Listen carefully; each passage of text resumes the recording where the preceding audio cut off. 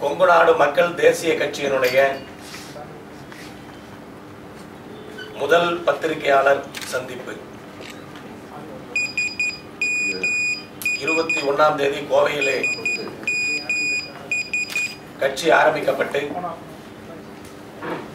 இன்றைக்கு தான் முதலாக பத்திரிகையாளர்களை சந்திக்கின்றோம். இன்றைக்கு எரிவாயு குழாய்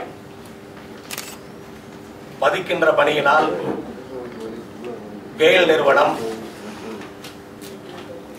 கொங்கு மண்டலத்தினுடைய 7 மாவட்டங்களில் விவசாய நிலங்களின் வழியாக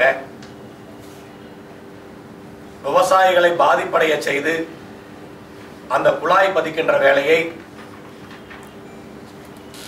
ஒரு வருடத்திற்கு முன்னால் ஆரம்பித்தார்கள். அந்த குழாய் பதிக்கின்ற வேலையை அன்றைக்கு ஆரம்பித்த போது நாங்கள் எல்லாம் ஒன்று திரண்டு அதை தடுத்து நிறுத்தினோம். அதற்கு பிறகு நீதிமன்றத்திலே வழக்குகள் பதியப்பட்டது.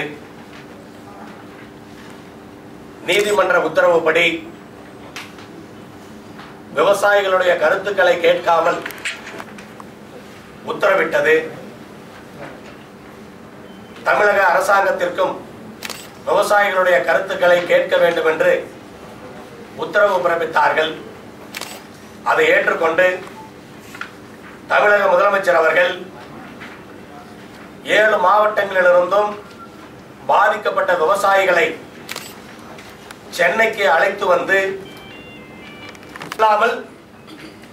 எரிவாயு குழாயை விளைநிலங்களின் வழியாக கொண்டு செல்லக்கூடாது என்று உறுதியான முடிவை அறிவித்து விவசாயிகளை பாதிப்பிலிருந்து பாதுகாத்திருக்கின்றார்கள்.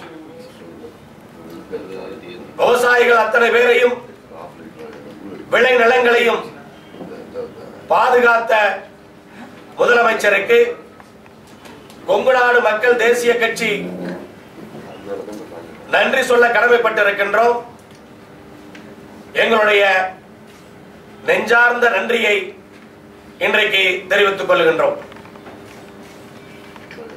விளைநிலங்களையும் பாதுகாத்த முதலமைச்சருக்கு கொங்கு நாடு மக்கள் தேசிய கட்சி